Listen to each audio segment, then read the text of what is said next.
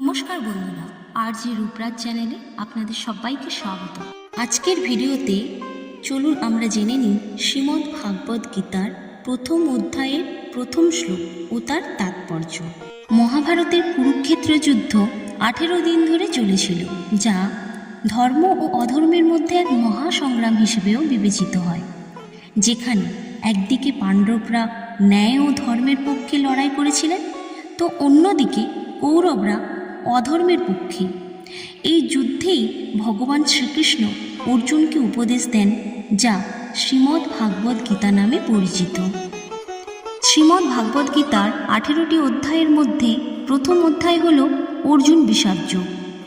এটি শুরু হয় ধৃতরাষ্ট্রের প্রশ্নের সাথে, যেখানে তিনি জানতে চান যে যুদ্ধে কি হচ্ছে, দুর্যোধন সহ তার বাকি পুত্র ও তাদের বিশালাকার সেনা কি করছে, সাথে পাণ্ডুপুত্র ও তাদের সেনারা কি করছে। তারপর আসে শূরবীর যোদ্ধাদের বিবরণ ও তারপর আসে অর্জুনের মনের বিষাদ, তার দুঃখ ও ধর্ম সংকট। আসুন শুনি অর্জুন বিষাদ যোগ।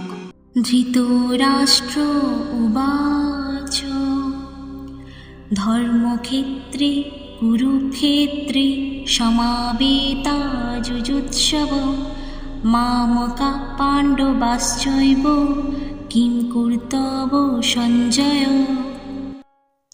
অনুবাদ: ধৃতরাষ্ট্র জিজ্ঞেস করলেন, হে সঞ্জয়, ধর্মক্ষেত্র কুরুক্ষেত্রের রণাঙ্গনে সমবেত হয়ে আমার পুত্রগণ ও পাণ্ডুর পুত্ররা তারপর কি করছে? তাৎপর্য: ধৃতরাষ্ট্র জন্মান্ধ ছিলেন, তাই তার সারথি সঞ্জয়, যিনি ব্যাসদেবের আশীর্বাদে দিব্যদৃষ্টি পেয়ে সম্পূর্ণ কুরুক্ষেত্রের প্রতিটি যুদ্ধ ধৃতরাষ্ট্রের কাছে বর্ণনা করতে পারেন, তার কাছে জানতে চান যে যুদ্ধস্থলে কি হচ্ছে এখন। ধৃতরাষ্ট্র জন্ম থেকে অন্ধ ছিলেন, কিন্তু মন এবং মস্তিষ্ক থেকে না। তিনি জানতেন যে তিনি ধর্মের সাথে আর নেই, কেননা ধর্ম তো সেখানেই ছিল যেখানে শ্রীকৃষ্ণ উপস্থিত ছিলেন।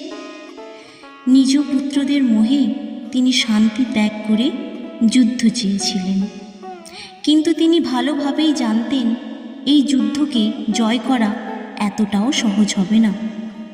বন্ধুরা, জীবনে আমরা যখনই ভুল করি, তখন আমরা বুঝতে পারি যে এর ফল হয়তো ভালো হবে না।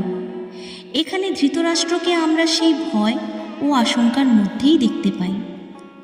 আমাদের প্রথম শ্লোক এখানে সমাপ্ত হলো। রাধে রাধে।